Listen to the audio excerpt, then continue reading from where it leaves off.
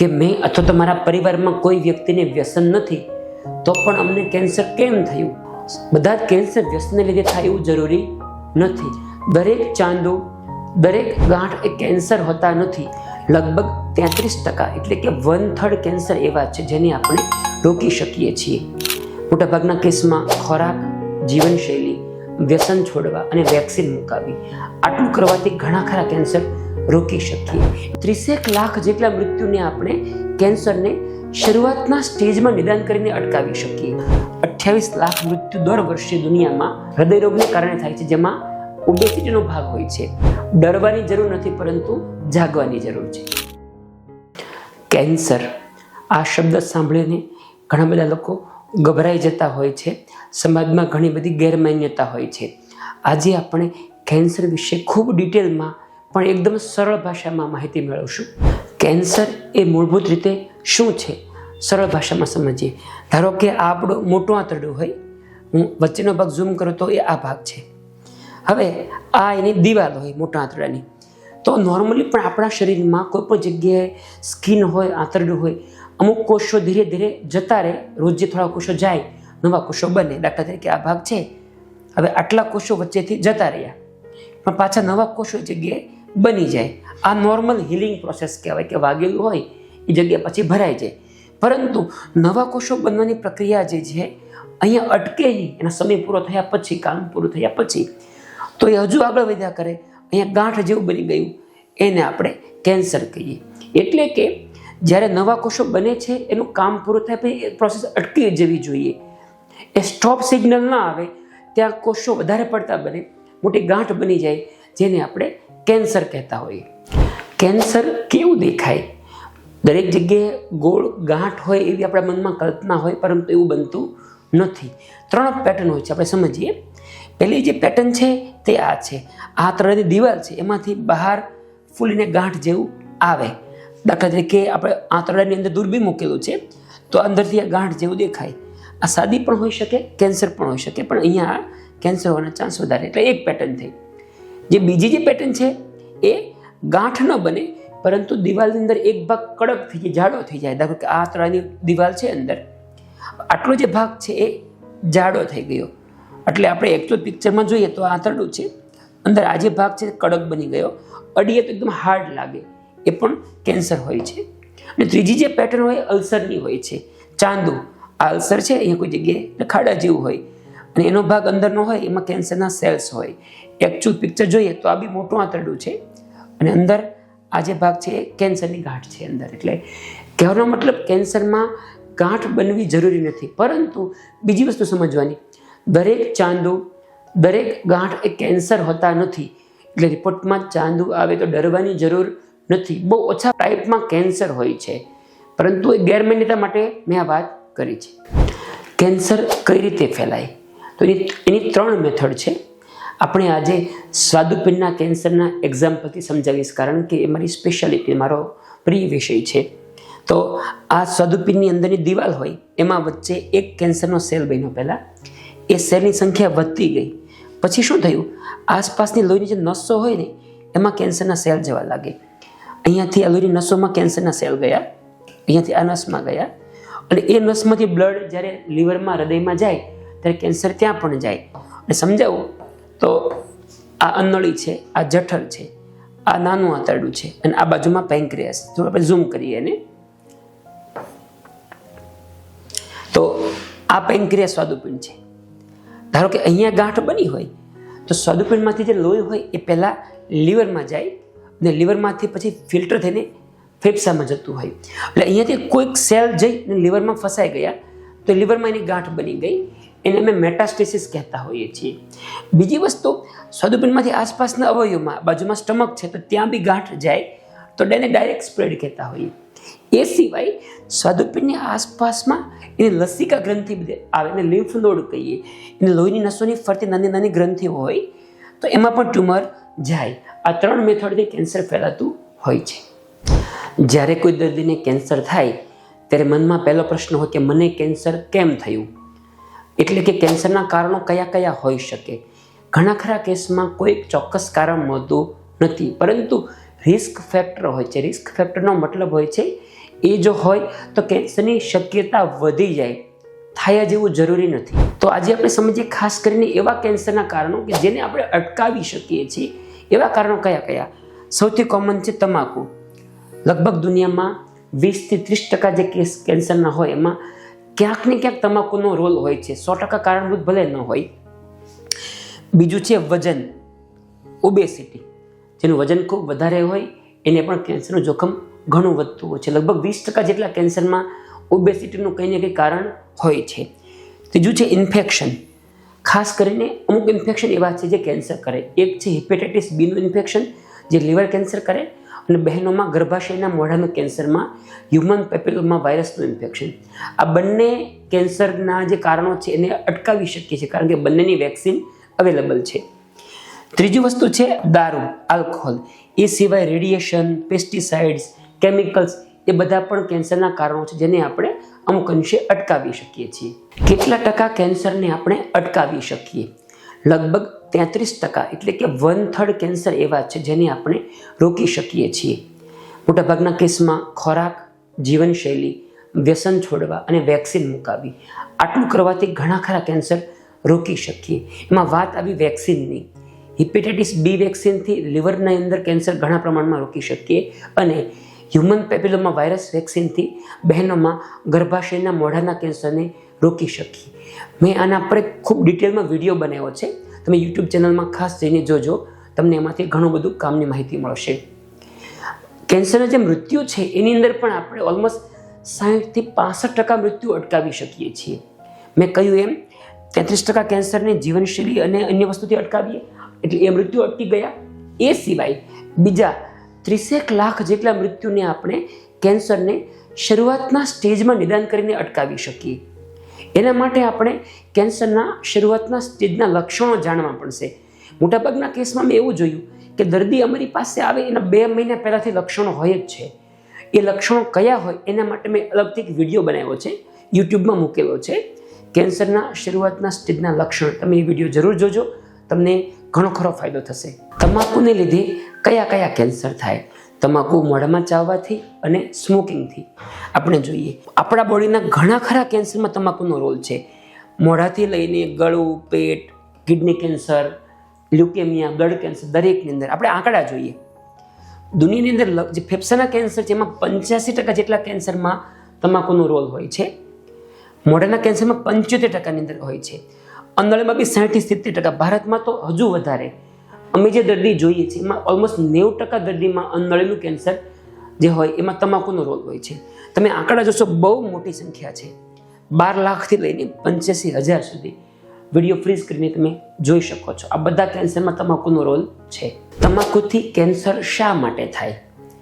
તમાકુની અંદર લગભગ 7,000 જેટલા કેમિકલ હોય એના રસમાં અને એની ફ્યુમ્સમાં, સિગરેટના ધુમાડાની અંદર. એમાંથી 70 કેમિકલ એવા છે જે કાર્સિનોજન અમે કહેતા હોઈએ, યાની કે વિજ્ઞાનના સંશોધનથી એ પ્રૂવ થયું છે કે આ 70 કેમિકલથી કોઈ પ્રકારના કેન્સર થઈ શકતા હોય છે.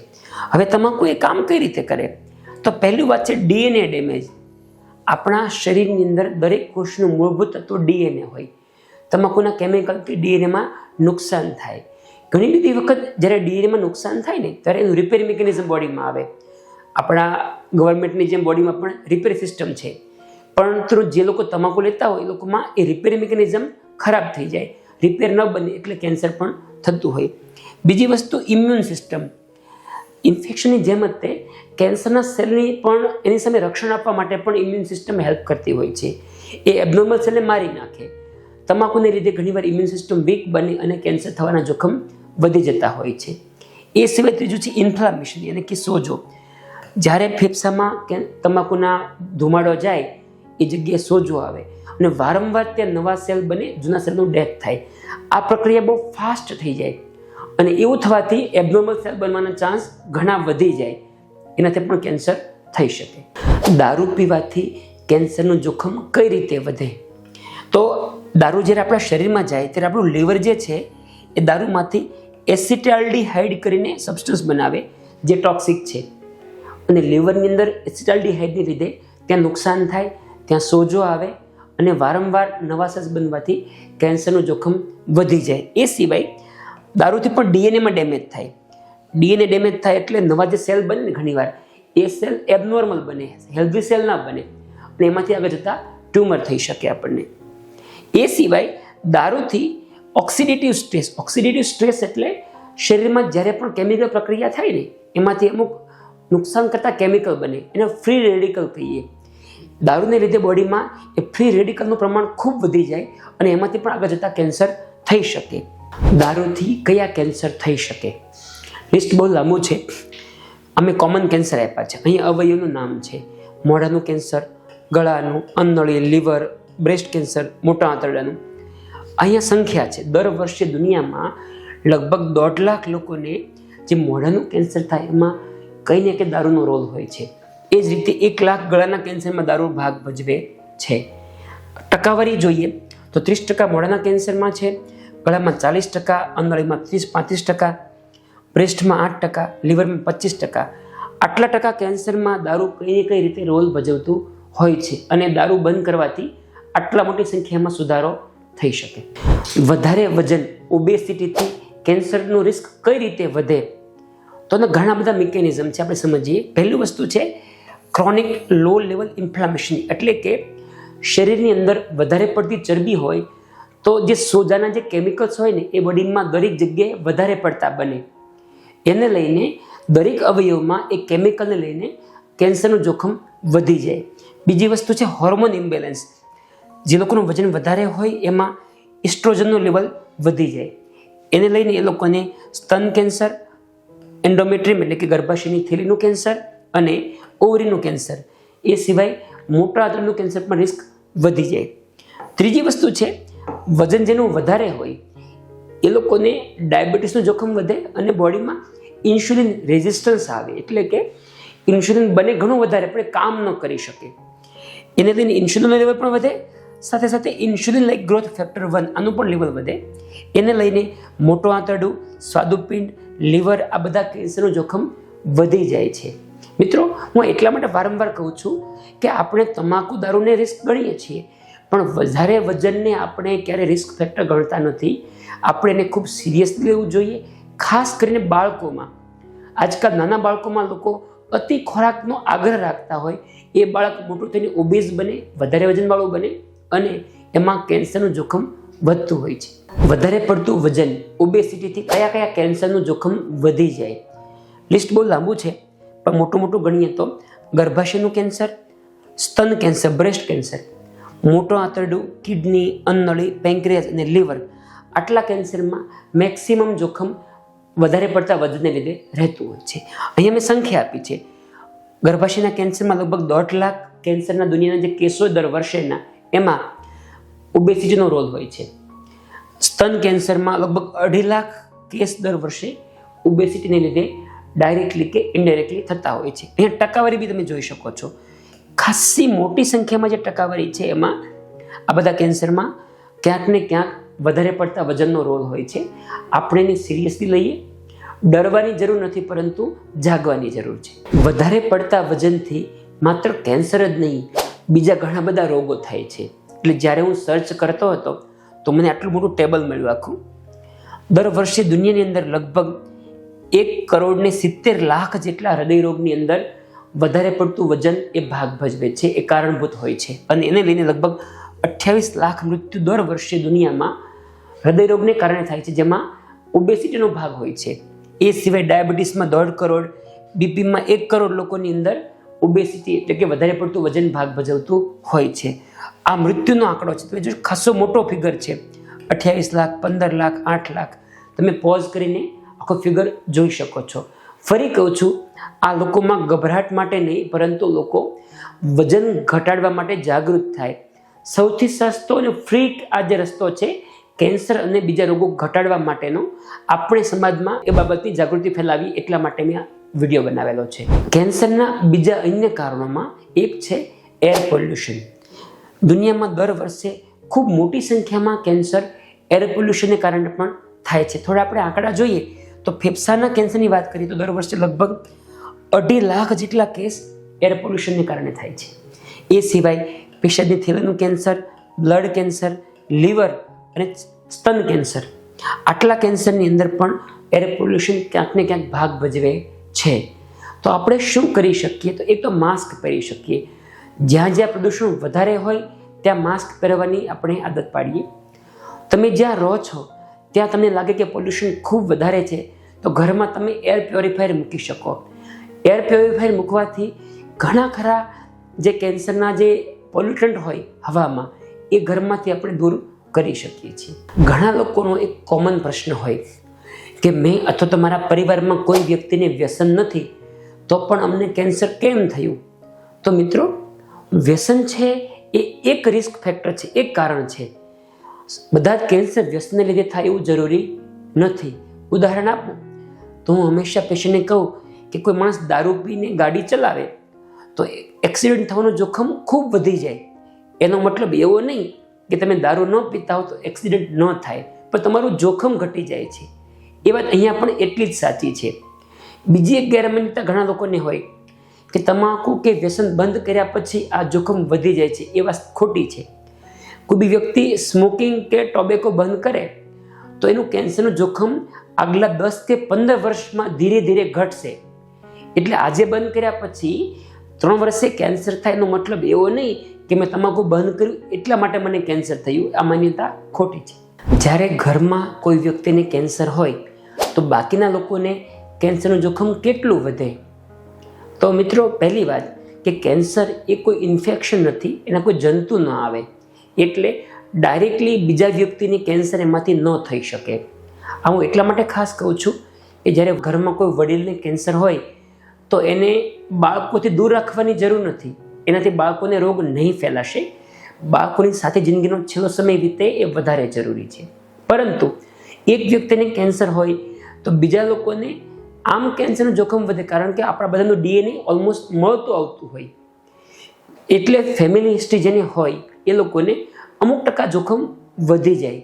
મોટા આંતરડામાં જોખમ થોડું વધારે હોય, પેન્ક્રિયાઝમાં જોખમ હોય, મોઢામાં અનળીમાં જોખમ ઓછું હોય છે. હવે કરવાનું શું છે આના માટે?